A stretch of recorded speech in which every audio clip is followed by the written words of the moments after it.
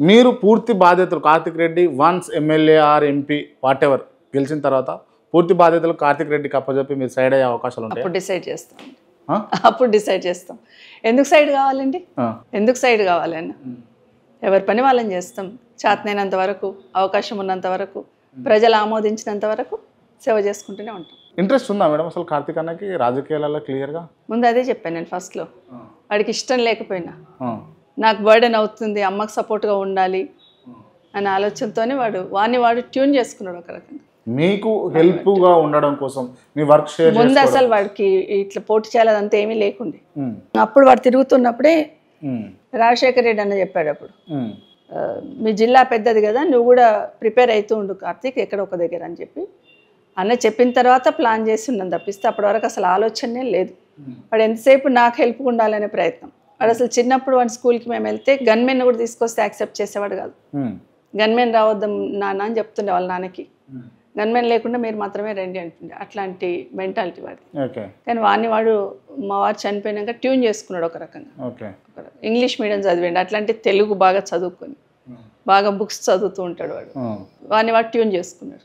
మీకు టీడీపీలోకి రమ్మని కూడా గతంలో ఒత్తిళ్ళు ఉండే అని చెప్పేసి మా వారు చనిపోయినప్పుడు మా అల్లుడు టీడీపీలో ఉండే కాబట్టి బేసిక్గా ఆలోచిస్తారు కదా, మా సేమ్ పార్టీలో ఉంటే మేము కూడా హెల్ప్ఫుల్గా ఉంటాం, కొత్తగా రాజకీయాల్లోకి వస్తున్నాం కాబట్టి టీడీపీలోకి రమ్మని ఆ రోజు కూడా ప్రెషరు.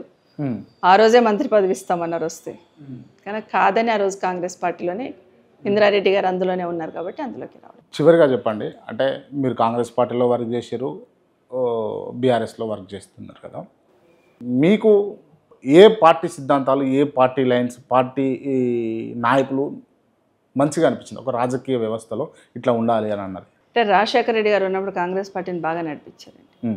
అందరినీ కలుపుకపోయారు, తిట్టిన వాళ్ళని దగ్గరికి తీశారు, ప్రజలకు ఇచ్చిన హామీలు వెంబడి పరిగెత్తారు, మమ్మల్ని పరిగెత్తిచ్చారు, కార్యకర్తలను దగ్గరికి తీశారు, ప్రజలను దగ్గర తీశారు. ఆ సిస్టమ్ వేరుగానే ఉండింది. తర్వాత కిరణ్ అన్న కూడా అట్లే బాగా రన్ చేసే ప్రయత్నం చేశారు. కానీ ఆ టైంలో తెలంగాణ మూవ్మెంట్ రన్ అవుతుంది. అటు మూవ్మెంట్కి ఇబ్బంది కాకుండా విత్ ఇన్ ద పార్టీలో బాగా చేసే ప్రయత్నం, అప్పుడున్న సిచ్యువేషన్కి తట్టుకొని నిలబడి చేసే ప్రయత్నం చేశాడు కిరణ్ అన్న. ఇంకా కేసీఆర్ గారిని చూశాను నేను.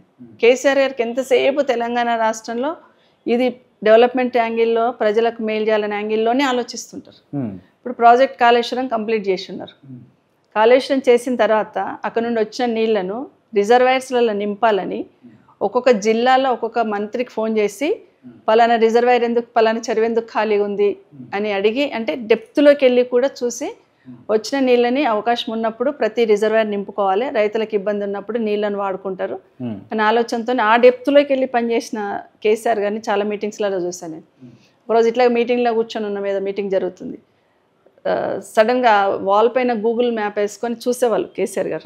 రిజర్వాయర్ ఎక్కడ కాళేశ్వరం ప్రాజెక్టులు ఎట్లా పనిచేస్తున్నాయి, మోటార్లు ఎట్లా పనిచేస్తున్నాయి, నీళ్ళు ఎత్తిపోస్తున్నా లేదా, ఎక్కడికి పోతున్నాయి, కాలువలలో నీళ్ళు ఉన్నాయా లేదా, రిజర్వాయర్లు నింపుకున్నారా లేదా అని అబ్జర్వ్ చేసేవాళ్ళని. చేసినప్పుడు నల్గొండ చూస్తున్నప్పుడు ఆయన ఒక చెరువు నిండలేదని వెనకనే జగదీశ్వర్ రెడ్డి గారికి ఫోన్ చేశారు. ఏంటి పలానా ఊర్లో పలానా చెరువు నీళ్లు కనిపిస్తలేవు, నింపలేదా అని అడిగారు. షాక్ అయిపోయినా నేను. అంటే ఒక ముఖ్యమంత్రి గారు అంత లెవెల్కి పోయి చేస్తారని అనుకోను కదా. అన్నప్పుడు నేను వారు మాట్లాడి పెట్టేసిన తర్వాత నేను అడిగాను,